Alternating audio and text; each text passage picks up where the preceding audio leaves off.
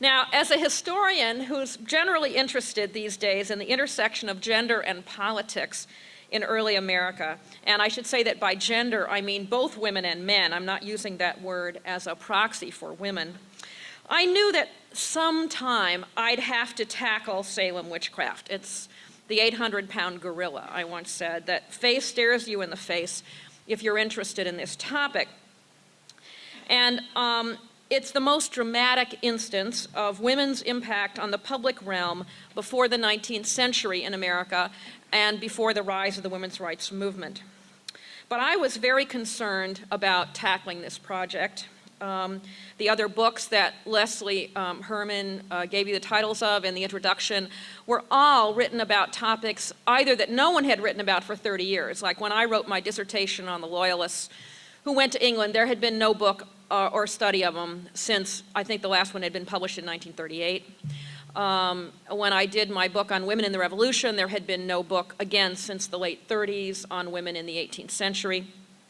And my book, Founding Mothers and Fathers, didn't have any precedent. There was nothing like it that had been published. So Salem Witchcraft was just a totally different experience. I had never written on a topic that had been so well covered, or seemingly so well covered by other people. So I thought about the project really for a long time, and the teachers in the audience will understand when I say that one of the things I did was to teach 2 advanced undergraduate seminars on witchcraft in the course of thinking about undertaking the project, because there's nothing like teaching a course to teach you what you need to know about a subject. And I kept reading and thinking about the topic of Salem witchcraft, and I read all the books that were published about Salem witchcraft. There have been nearly 10 books on the subject just since 1990 alone. And so what I'm going to do today is to talk about this book that I published on the witchcraft crisis in 2002, which just came out in paperback this last fall, In the Devil's Snare. I might say, to start off, that the title comes from what I call the "when did you stop beating your wife" question of the Salem witchcraft crisis. That question was, and how long have you been in the snare of the devil? Think about how you would answer that question. But before I start talking about how I wrote the book and what happened to me while I was writing it, I want to give you a very brief summary of the basic facts. Because everybody here, I know, knows about the Salem witchcraft crisis, but of what did it consist and how long did it last and so forth. Basically, the Salem witchcraft crisis started when 2 young girls in the household of the Reverend Samuel Parris of Salem Village, Massachusetts, began to have fits approximately around the 15th of January, 1692, give or take a few days in either direction. Those fits suffered by these 2 little girls, one of whom was Parris's daughter and one of whom was his niece, then spread to other households in Salem Village, to other young women, some a bit older, in fact most of them a bit older, in their teens and early 20s, some of them daughters of these households, some of them servants of the households, also spread to some adult women, some 30-something women had fits, this is not so well known today, and even a few young men began to have fits. All this happened in Salem Village, which is today's Danvers, Massachusetts, not today's Salem, Massachusetts. You would never know this, by the way, if you went to Salem, Massachusetts today. Salem, for those of you who've been there, it's sort of like a witch theme park, especially if you're there in October and in the run-up to Halloween. Whereas Danvers, you have to really look hard, as I discovered, to find where the sites are that are actually connected to the origins of Salem witchcraft. In fact, in 1692, there were a total of about 150 formal accusations.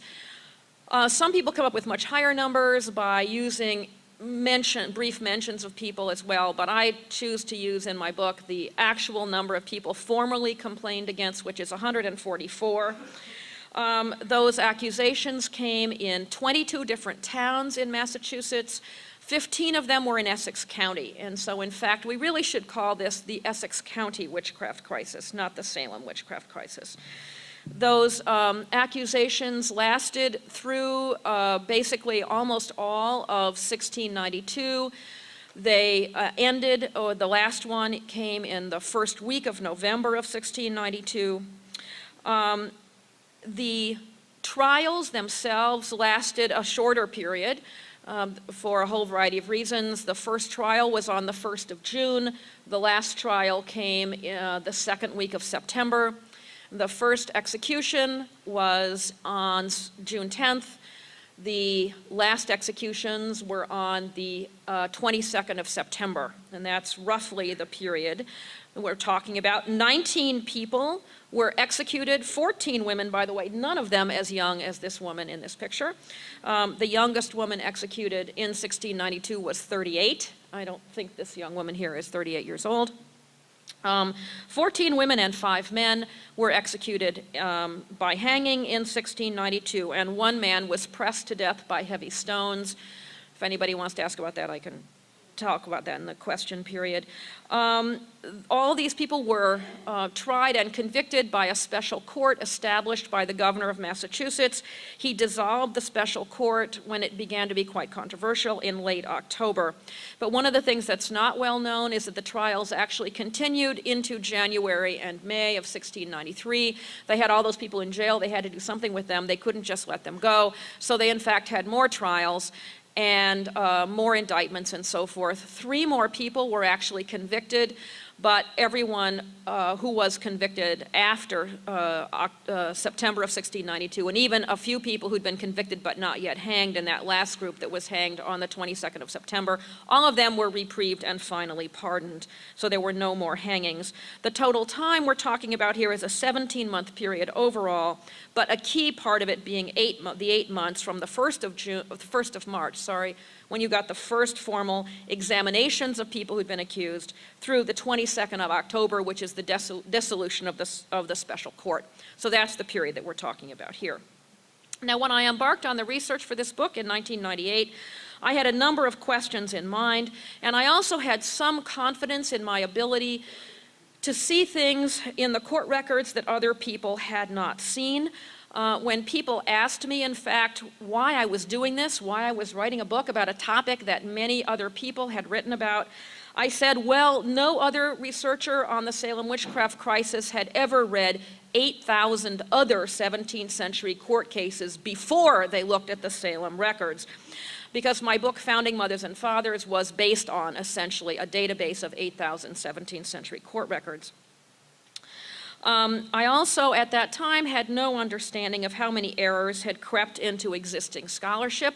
However, once I began to go through the materials and I looked back at the existing books, I realized how many mistakes had been made by previous authors, some of them major, some of them minor, and some of them very misleading.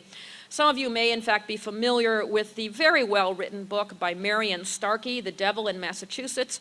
It was published in 1949. It's the first work of scholarship in the modern era on Salem. It's really a good read, but don't believe it, is my message to you about it. I discovered that Marion Starkey, or my belief is that when Marion Starkey couldn't find a particular datum that she needed in the evidence that was there, she just made it up. And so, in fact, I soon came to realize when I would read other people's books on Salem and I would see a footnote, I would see some strange statement, and I say, gee, I don't remember that in the records. I'd look at the footnote, and it was always to Marion Starkey. Now, of course, one of my chief aims then in working on the book soon became to correct the errors that others had perpetuated.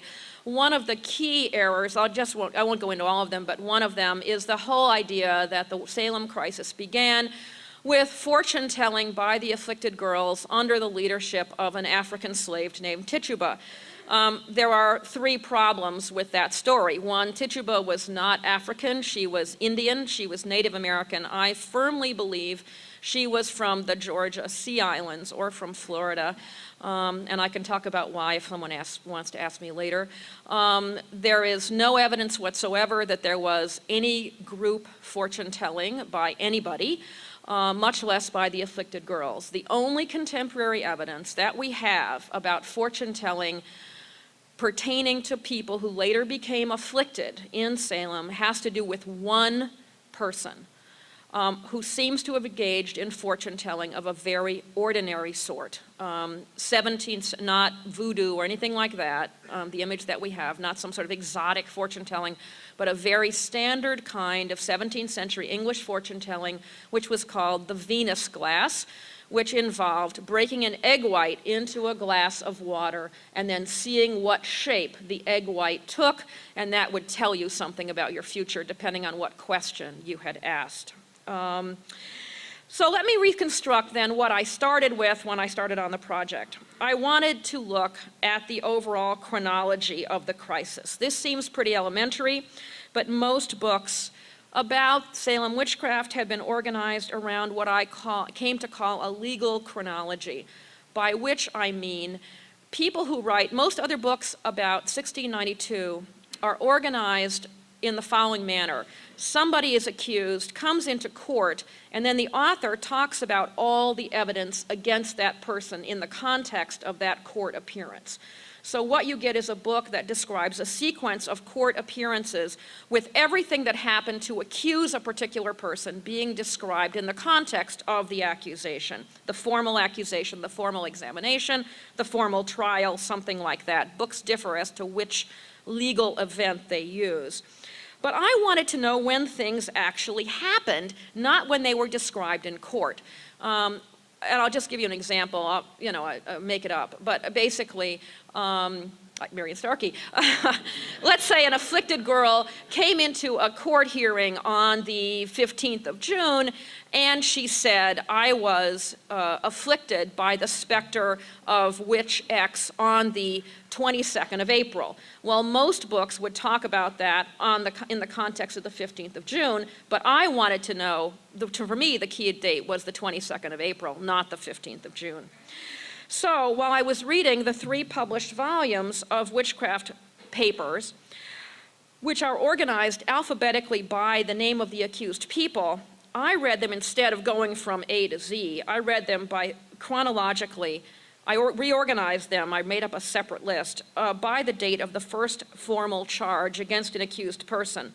This was not quite the same chronology as I wanted to create, but it was the best I could do without going carefully through every one of the documents.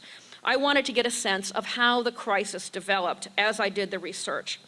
And so from the beginning, I created an ongoing list of dates when things happened, which then quickly turned into weekly and monthly calendars, because I realized that I could best understand the sequence of events, not by looking at a long list of dates on a page, but by laying it out as a calendar visually, so I could see that there were weeks. And I began to realize that there were weeks when lots of things happened, and there were weeks when nothing happened. And there were days when lots of things happened, and other days when nothing happened.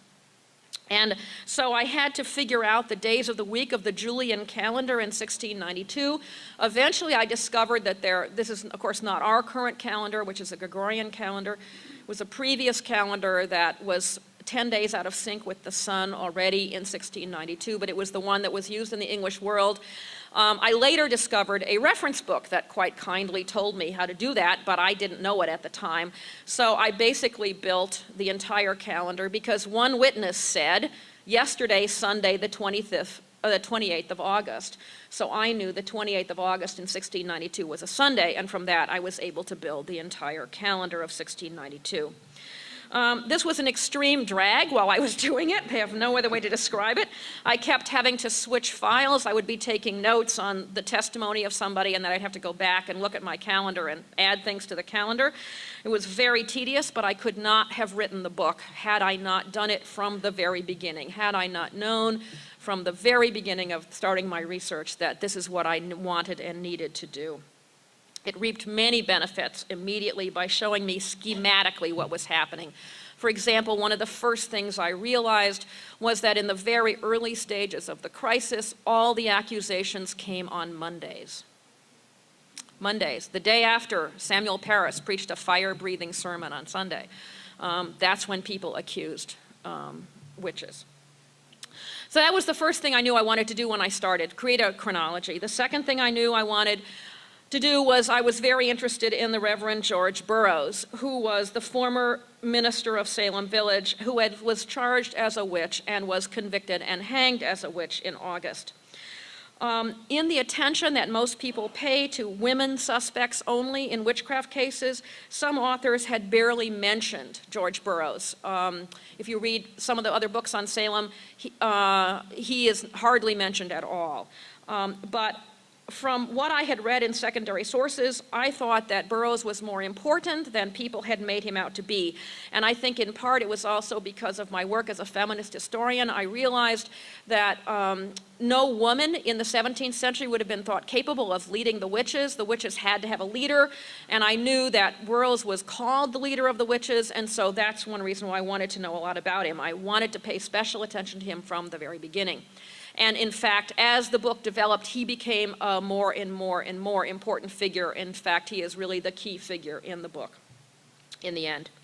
I was also very interested from the very beginning in a group of prominent men and women who were accused as witches but never tried, one of whom, I will come clean here for people who have not read the book or have not read the acknowledgments at the very end, one of whom was my very own ancestor, Mistress Mary Bradbury, who was convicted as a witch in September of 1692, but was never hanged, even though she was convicted. Her husband was a prominent individual, and he persuaded the governor to reprieve her, so she was not hanged in that last group of witches. And she ultimately was broken out of jail by him in December. He clearly bribed the jailer to get her out of jail, and that's in fact what happened to a lot of the prominent men and women who were accused. They had enough money to grease the palm of the Boston jailer. I think he must have made quite a lot of money off these people. And they fled. And guess where they fled to, by the way? They fled to New York, a lot of them. And that's one reason, by the way, why I came here to do research. I was hoping to find a letter from New York in 1692 that would say the equivalent of, "Guess who I met at dinner last night?" But unfortunately, I didn't find such a letter. If anybody knows of the existence of such a letter, I'd really love to know it. Now, this group of prominent men and women who were accused as witches has never been satisfactorily explained.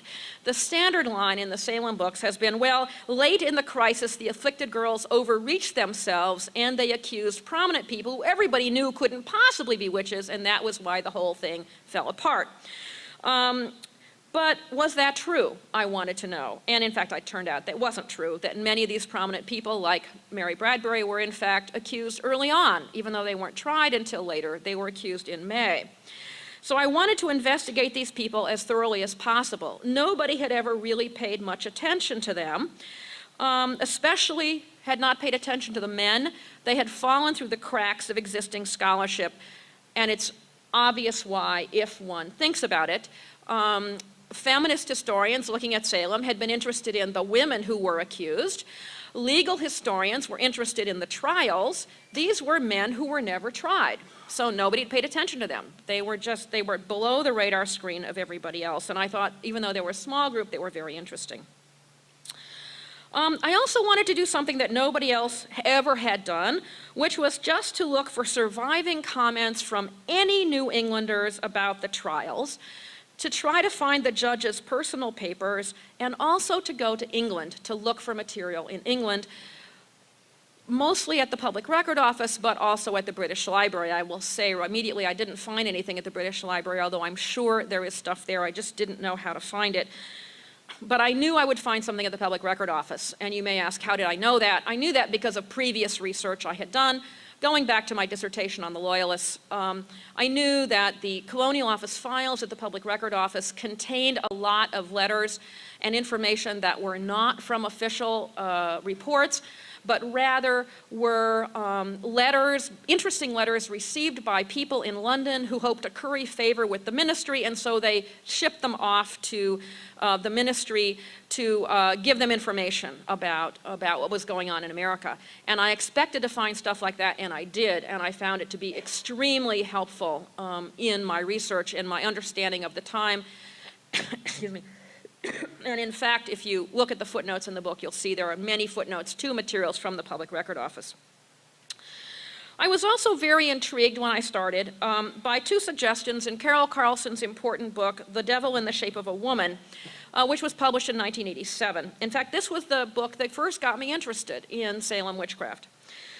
She had compiled tables. What she did was she studied all the women accused of witchcraft in New England at any time. And she compiled tables and created composite portraits of women who were accused. And basically, and also of accusers. And what her tables showed me was that the Salem crisis was really rather different from other witchcraft episodes in New England by a whole variety of measures. But that was not her emphasis. She didn't talk about that. She really talked about how Salem was the same. And so she missed it, in my opinion. She missed what her own tables showed her, because she was interested in a general portrait of women accused as witches. She wasn't interested in what made Salem different. And just give you one example of one of the ways in which Salem is different from other witchcraft episodes, in addition to the obvious fact that there's so many more people accused in 1692 than there ever were before. Her tables, and those of John Demos, who also wrote a book on witchcraft in New England, that's a very important book, does not deal at all with the Salem crisis. In fact, he defines it as all cases other than Salem. One of the things that they both show is that accusers in most witchcraft cases are young men of the ages in their 30s and early 40s.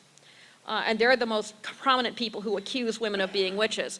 Well, as we all know, in Salem in 1692, the most prominent accusers were young women in their teens and 20s. And so that's a major difference, and where does that come from is one of the things I was interested in. The other thing that I was really interested in Carlson's book, although she didn't do that much with it, she wrote about a couple pages based on it, was she pointed out that some of the accusers were from Maine, and they were refugees from the Indian Wars, that they were working as servants in the Salem Village area. Now, in this, Carlson relied on an article that was published in 1985, which had dealt with some of this material. And I also read that article, but it's an article that's quite sketchy, obviously. An article length doesn't have enough room to go into it. It turns out, in retrospect, to have been a very important article. But at the time, I thought, well, this is sort of an interesting sidelight that I should follow up. Now, most important, perhaps of all, I was centrally interested in the question that Carlson, as I've just indicated, did not pose, and that others usually did not ask, and that was, why was indeed 1692 so different from all other New England witchcraft episodes? Why had it so spiraled out of control? Why did we have such different patterns of accused, accuser, and so forth that were different from the standard patterns? That was the very first thing that had interested me about the 1692 crisis, and it remained a central focus of my thinking about it as I did the research. Now, all of this boiled down to my desire to abandon the meta-narrative that had governed all previous books about Salem witchcraft, regardless of their interpretation, and that was a meta-narrative that said that the story of Salem witchcraft is a story of accused women and the legal proceedings against them. And to show you just how much this narrative has dominated the way people think about Salem, in a recent book of readings produced for use in college courses by a quite well-regarded young woman historian who studies colonial women, the selection of readings on Salem witchcraft begins with a little introduction that she wrote, and the little introduction starts off by saying 19 women were hanged in 1692. Now, as I just indicated to you a minute ago, it's not 19 women, it's 14 women and 5 men. But this is even a woman who is a specialist in early American women's history, and to her, the Salem crisis is so much a story of women that it never registered on her that 5 of the people hanged in 1692 were men. So I really wanted to destroy that meta-narrative. I knew that. I wanted to, when I was thinking about the book, I thought about it as imploding it. You know, it's working it from the inside and just going like this. So it would just explode and fall down in different pieces, and then I'd put it back together in a different way. But I didn't know what I was going to put in its place. I knew what I wanted to break up, but I didn't know what was going to replace it. And that's how I started. So I began then with the core court documents, and I very quickly came to understand why other books had been organized around that meta-narrative, focusing on the accused, because that's the way the documents are organized. Archivists from the Essex Institute, now the Peabody Essex Museum, which is where the documents are housed, the basic documents of the crisis are housed, had organized these documents around the last name of the accused person. And if you think about it, it's the most logical way to organize the documents. But I think the organization of the documents, and if there's any archivists here, maybe it'll be interesting if we can talk about this, I think the organization of the documents helped to produce the meta-narrative that historians have employed to tell the Salem story. Because all the documents are conveniently organized around the name of the accused, it's easiest to tell the story around the name of the accused instead of doing what I did, which was to break it up and tell it chronologically. I might add there's a new edition of the Salem documents now being produced, which is being organized chronologically, but it's being organized according to a different chronology than the one I used. It's being organized according to when the documents are produced, which is pretty good, but is not the same as the incidents described in the documents, but you couldn't really break up the documents. So I think the guys who are doing this have to do this new edition the way they're doing it. And I think it's going to be a lot better and more clear having the documents organized in a published way chronologically by the time they're produced. I think it's going to be much better than there is now. But it's also very easy when you're reading court documents to, I would say, buy into the context of those who write the documents that we use. But I had trained myself very early from my beginning in women's history to try to counteract the tendency of buying into the context that the people who write the documents produce. And by saying that, I mean, for example, when I started writing women's history, I had to train myself. I was usually reading documents that were written by men for men, but I wanted to know about the women. And I didn't want to adopt the position of or the interpretation necessarily that was adopted by the men who'd either written the document or who were reading the document. So I had to train myself to step back from the document and to do what I call to my historians reading behind the document, to try to understand what was going on in the background before that document was produced. I did the same thing with that self-training and self-education while I was working on founding mothers and fathers in those 18th century court cases. I trained myself always to ask the question, what lies behind the court cases? How and why did this dispute end up in court? And what do those circumstances suggest about other cases that didn't end up in court?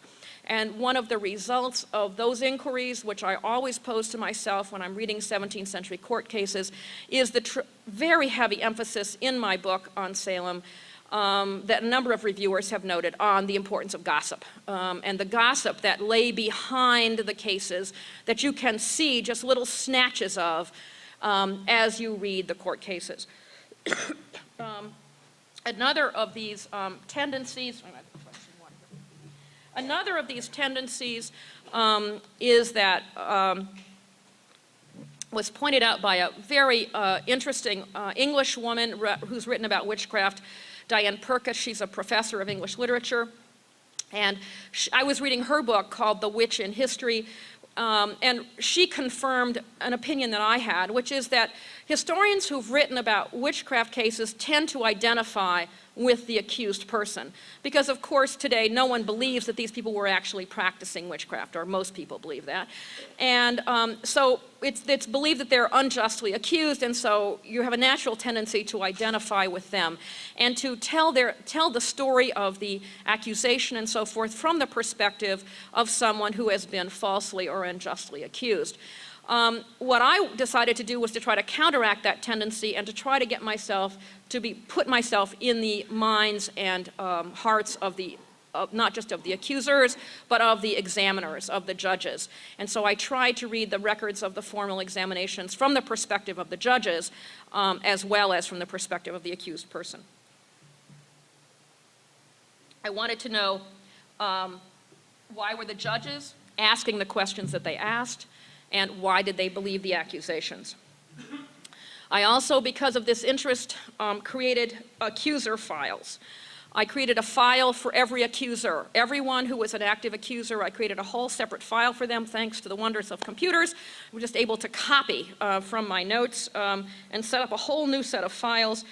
These accuser files were organized chronologically in a different way from the way my master narrative was organized, the way my master calendar was organized. It was organized around the grounds of what accuser said what when. That is, when did an accuser say X afflicted me on Y date. And that turned out to be extremely useful as I tried to put the story together, because I could watch the development of each accuser as an accuser separately from the master narrative.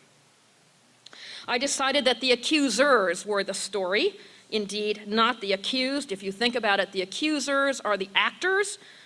The accused are merely reacting. And this is quite different from the way other feminist historians have approached the witch trials.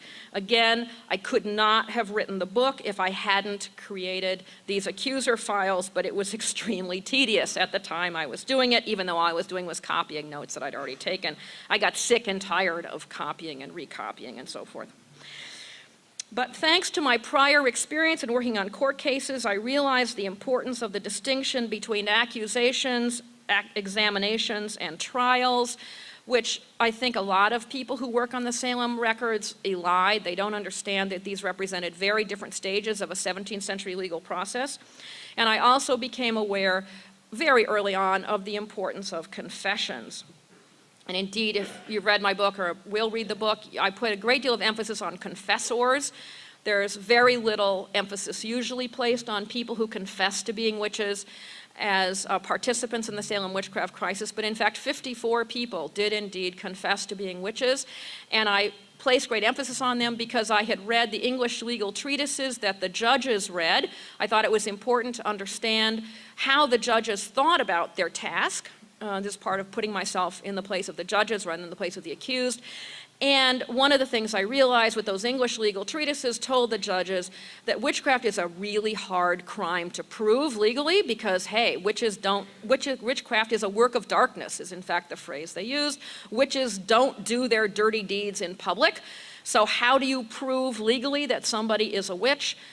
The English legal treatises told the judges the best way to prove it is a confession, is for someone to confess that he or she is a witch, and that's the best evidence. And then the next best evidence is if the witch, him or herself, will not confess, is to get somebody else to confess and say that, yes, that person was one of my confederates in witchcraft.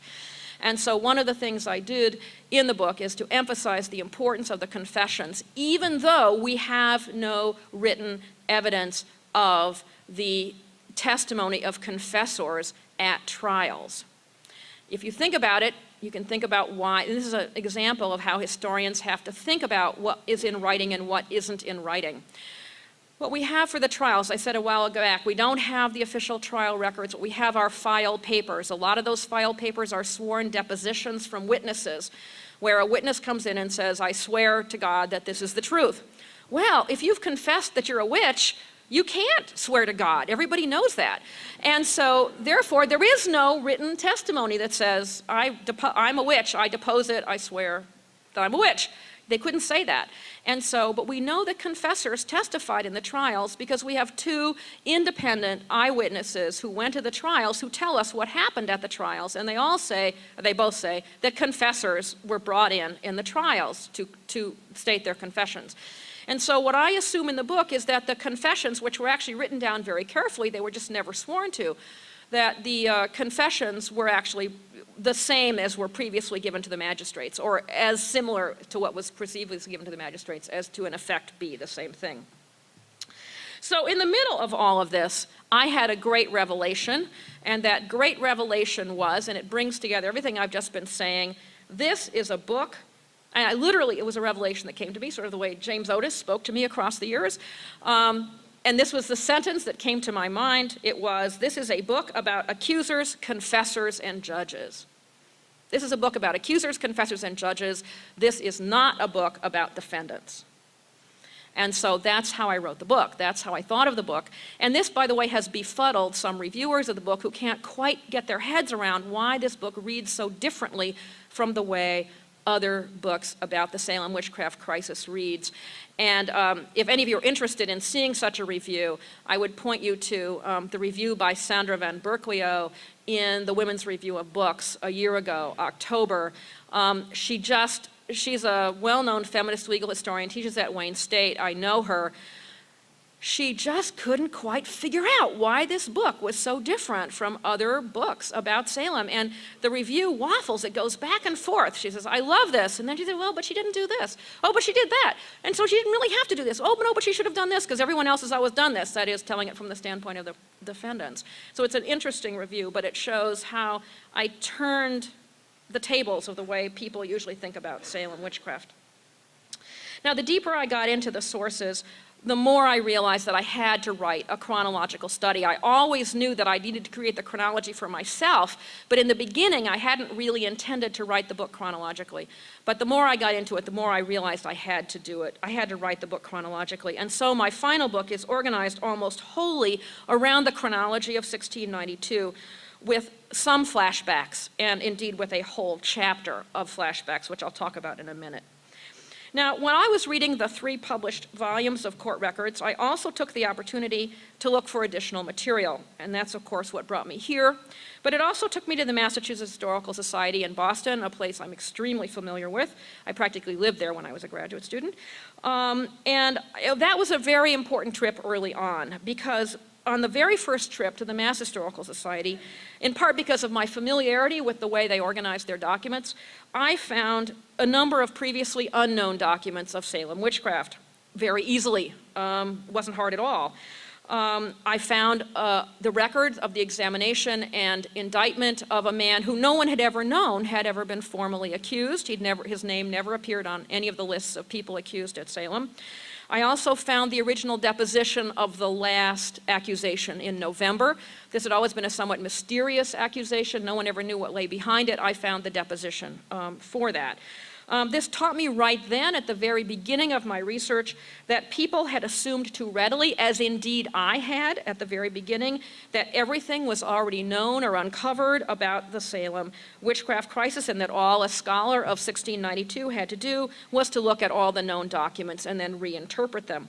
On subsequent trips to the Mass Historical Society and indeed other libraries, including the Maine Historical Society, where I found a deposition in another witchcraft case, I found a number of previously unknown documents, although I must admit nothing truly earth-shaking.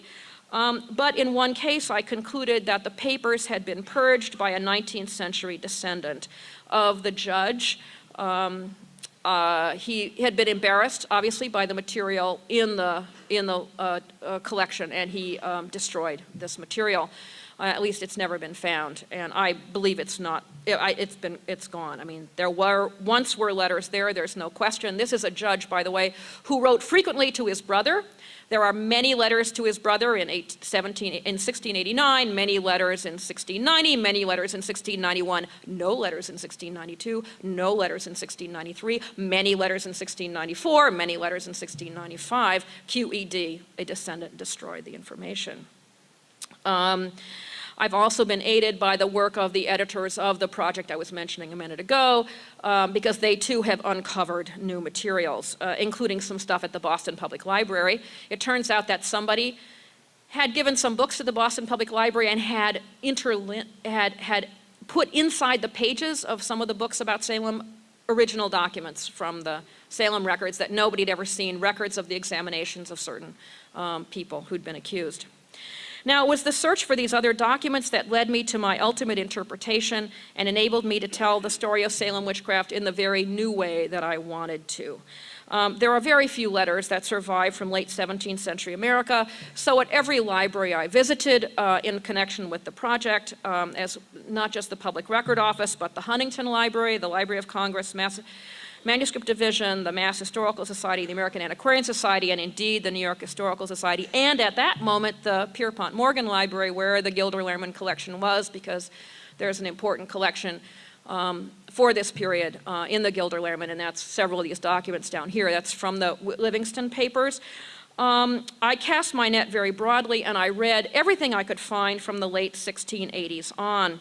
At first I was kind of depressed. I find very few comments on the witch trials. I thought I was going to find a lot of commentary on the witch trials in the letters from 1692 and 1693. It's not as though I didn't find any comments, it's that the comments were very prosaic. I'd find a letter that would say something like, 5 witches hanged yesterday. That was it. Nothing about, gee, isn't this amazing? Or another letter said, 2 confessors yesterday. okay, tell me what you thought about it, but they never did. So this was pretty depressing to me, but then what really leapt out at me was from these letters was the comments not on witchcraft, but the comments on the Indian Wars on the Maine, New Hampshire frontier. I knew that that war existed and that other books about 1692 had cited it as a kind of a background factor to the witchcraft crisis, but I knew very little about it. And of course I did know as well, as I indicated a while back, that some of the accusers were refugees from the war. So I went looking for books on the war. I found practically nothing. In fact, the only detailed book on the history of King William's War, which is the name of this war, was written by Cotton Mather and published in 1699. There is literally no modern detailed history of the war. There are a few 19th century authors who wrote about it, a couple of more recent authors who have paid some attention to it, but I ended up having to create my own history of what the local people called the Second Indian War. It began in the late summer of 1688, continued on to 1699. I must admit I didn't pursue it after 1692 because I was only interested in the events that would have affected the Salem witchcraft crisis. And I also had to look into the earlier Indian War, what the locals called the First Indian War, what's more commonly called King Philip's War, which I had always thought of as a war that only affected southern New England, and indeed books by Jill Lepore and other important books that have been written recently about King Philip's War talk about it as a war in southern New England in 1675 and 1676. Well, lo and behold, there was a northern part of this war. It occurred in Maine and New Hampshire between 1675 and 1678. It went on a lot longer than it did in the South. It was arguably more vicious than the war in the South, which was sufficiently vicious in itself. And the reason I had to do this was because the more I looked into the background of the major participants in the crisis, the more I realized how many of them were involved in the wars in one way or another, how the families of the afflicted girls had been wiped out. I already knew some of that, but I looked into the background of the girls explicitly and was able to find explicit information about their backgrounds. I found out that the jurors and the witnesses had been soldiers on the Maine frontier or were the spouses of soldiers who had served. I learned that the judges were the military leaders of the war and the policymakers of the war, and I learned that some of the accused, in addition to George Burroughs, were also from the Maine and New Hampshire frontier. And that leads me back to George Burroughs, because he's really the most important person here. I'd already thought he was a key figure because of his being a man and being the leader of the witches, but I discovered that he was really from Maine. Even the books that mention Burroughs don't talk about him in Maine. They only talk about him in Salem Village. He was a minister of Salem Village for only 2 years, but most of the rest of his career was spent on the Maine frontier. Just a sidelight here, some of the rest of his career, he was actually a refugee from the Maine frontier himself in 1676. When the Maine frontier was basically abandoned. He fled to Salisbury, Massachusetts, where in 1676 a number of my ancestors lived, and I'm sure that they heard him preach. He was preaching as an assistant to the minister in Salisbury in the late 1670s, and I'm sure that some of my very own ancestors heard George Burroughs preach from the pulpit in Salisbury, Massachusetts. At that time, I really wanted to commune with their spirits. I wanted a spectral vision for them to tell me what he said and tell me about him, but of course it couldn't happen, unfortunately. So when I came to this initial spectral vision that accused George Burroughs, which was in mid-April of 1692, he was said to have bewitched the soldiers who were fighting the Indians on the Maine frontier. Now, eventually, not right away, and I have to say, I've looked back, I kept running notes as I was writing the book, and when I read that, it didn't click right away with me. It was much later that it did. I began to realize that the Maine frontier was the story, and that was the crucial part of his accusation. It made everything click into place, and I realized that the Indian War was not one of a number of background factors, but it was rather the key factor that explained why the crisis happened when it did, and why it was so different from all other New England witchcraft episodes, and not just in numbers of people. So once that recognition struck me, my research was more or less filling in the blanks, and in that process, the English research that I've already talked about was really important, because I turned up lots of information in England about the wars and the opposition to the men who were running the wars. So ultimately then, the argument of In the Devil's Snare rests on two pillars which are separate but intertwined. First, the experience of the participants in the crisis on the main, the experience of the participants in the witchcraft crisis, their previous experiences on the main New Hampshire frontier, which I think explains a great deal of what happens in the courtrooms of Salem in 1692.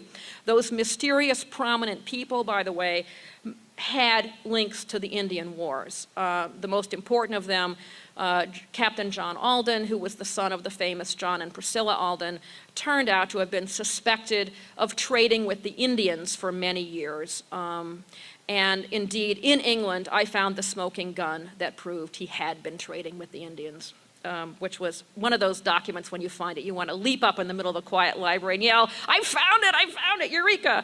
But of course, I couldn't do that in the public record office, so I just sat there and grinned to myself a lot. For example, one of the links that ties participants in 1692 to the Indian Wars is a woman named Mercy Lewis. Mercy Lewis was 19 years old. She was the servant in the household of the Putnam family of Salem Village. Ann Putnam Jr., the daughter of this family, was one of the most important of the afflicted accusers. She was 12 years old. Mercy Lewis, I discovered, came from a family that was largely wiped out in the two Indian Wars. I have a genealogical chart in the book, shows how many of her relatives were killed, first in 1676 and then later in the Second Indian War. She basically lost all her father's extended family, her grandparents, her aunts and uncles. Her cousins were either killed or captured. She and one of her sisters alone survived the depredations of the Wabanaki Indians in Maine. And she had been the servant of George Burroughs in Maine. After she was orphaned in Maine, she moved into George Burroughs' house as his servant, and she ended up in Salem Village as the servant in the household of Thomas and Ann Putnam. And in such a household in the 17th century, she would have shared a bed with Ann Putnam Jr., and I have a spectral vision, and that vision is of Mercy Lewis telling war stories to Ann Putnam Jr. in the middle of the night in Salem Village, and that's where Ann Putnam Jr. got the information that she needed to, because she was the person who accused George Burroughs of being a witch. And Mercy Lewis was the only person in Salem Village that Ann Putnam knew who knew George Burroughs in Maine. The other main pillar of my argument, in addition to the very specific experiences of other individuals as well as Mercy Lewis, is the general effect of the fears of the war on the mindset of people living in Essex County, which was really on the front lines of the conflict. Essex County was just 50 miles from key battlegrounds, and Essex County was the place where refugees from both wars sought shelter. Salisbury, Mass. is indeed in Essex County. Here's a little known factoid for all of you. While the trials were in progress, in August of 1692, there was a major Indian attack on the town of Billerica, which is not 25 miles from Salem. This is how close the war was to these people and how close it was at the very height of the witchcraft crisis.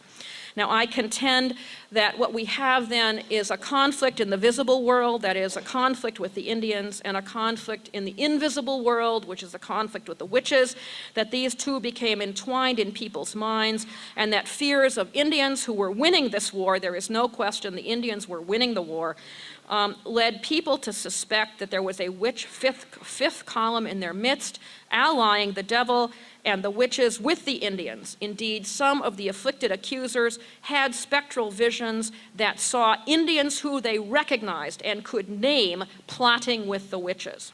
They had spectral visions seeing the leaders of the Indians plotting with the witches, the destruction of the English settlements in New England.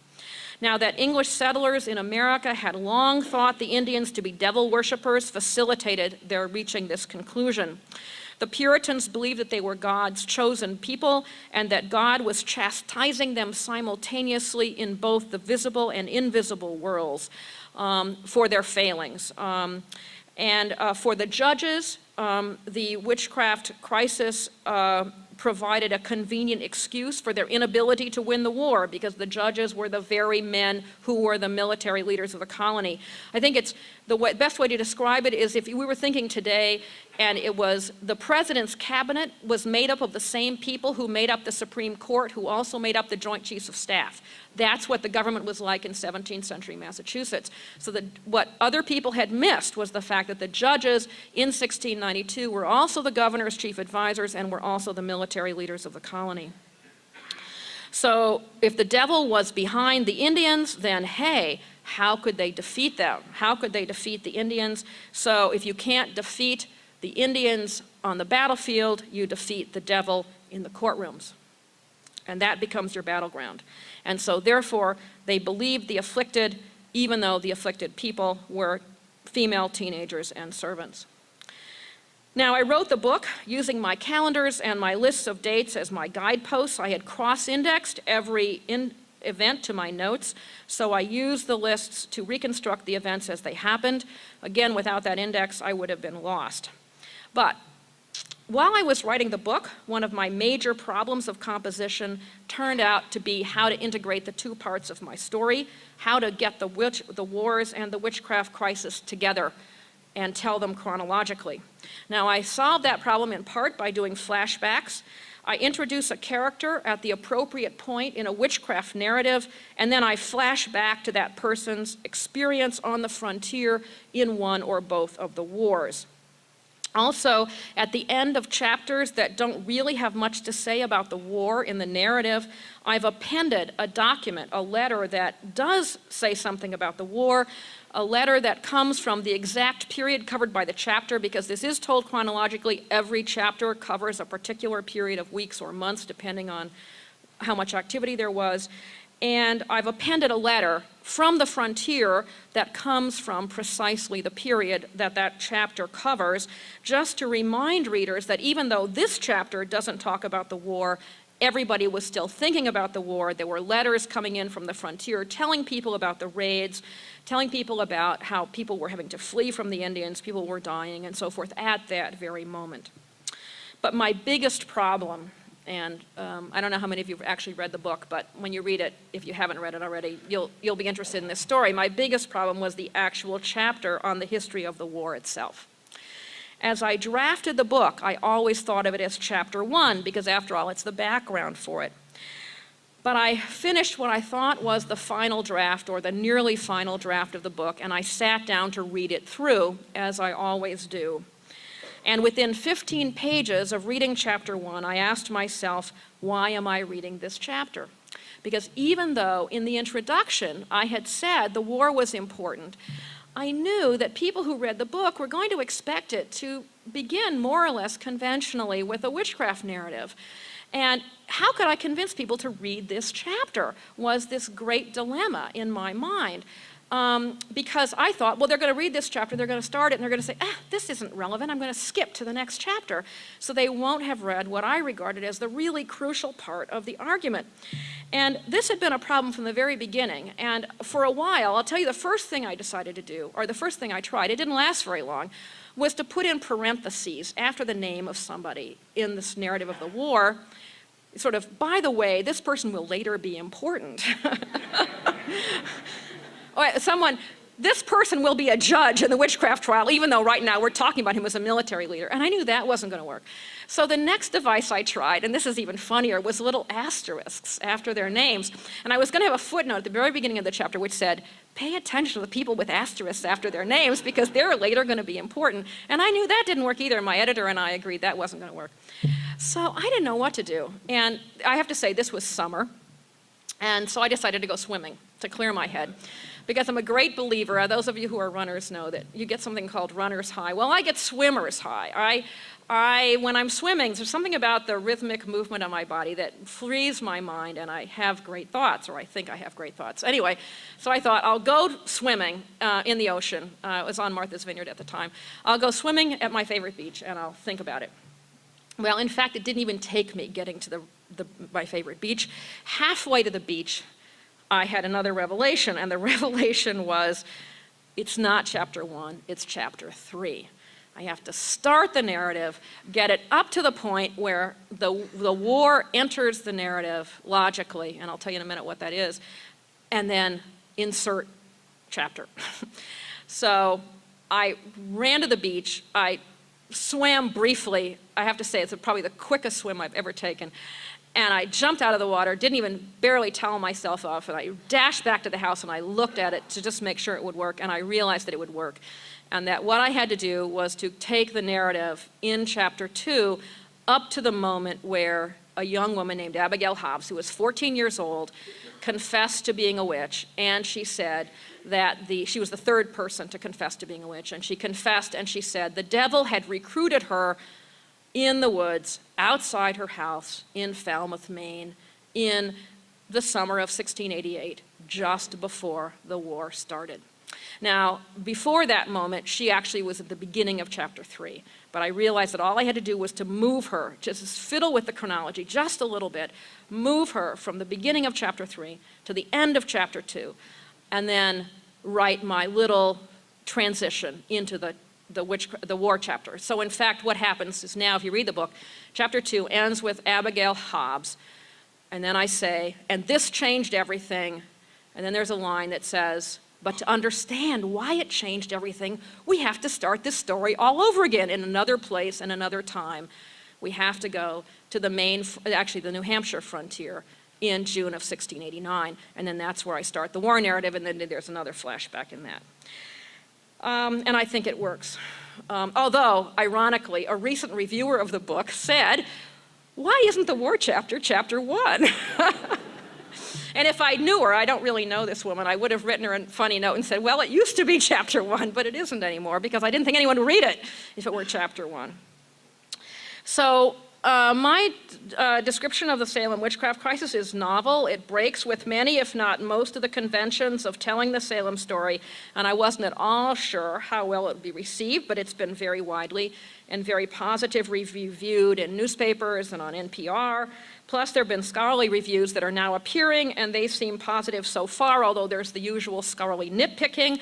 The most recent review that I read was just out in December in the Reviews in American History by John Murren, who's actually also working on the Salem witchcraft crisis, and he nitpicks with me a little bit about legal history. He's one of the world's great experts on 17th century Anglo-American legal history, but otherwise he liked the book.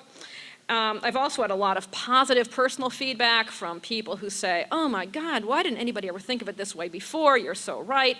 And feminist historian friends have said they love it because the afflicted girls are not sort of hysterical or fraudulent. They really have reasons to accuse these people of being witches because, hey, their families were destroyed. And they had genuine anger and speaking from their own past personal experiences.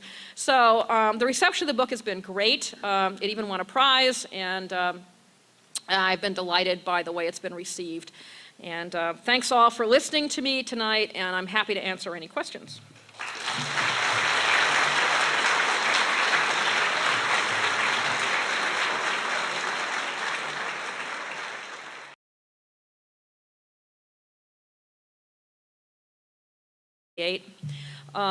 When I did my book on women in the Revolution, there had been no book, again, since the late 30s on women in the 18th century. And my book, Founding Mothers and Fathers, didn't have any precedent. There was nothing like it that had been published. So Salem Witchcraft was just a totally different experience. I had never written on a topic that had been so well covered, or seemingly so well covered by other people. So I thought about the project really for a long time, and the teachers in the audience will understand when I say that one of the things I did was to teach 2 advanced undergraduate seminars on witchcraft in the course of thinking about undertaking the project, because there's nothing like teaching a course to teach you what you need to know about a subject. And I kept reading and thinking about the topic of Salem witchcraft, and I read all the books that were published about Salem witchcraft. There have been nearly 10 books on the subject just since 1990 alone. And so what I'm going to do today is to talk about this book that I published on the witchcraft crisis in 2002, which just came out in paperback this last fall.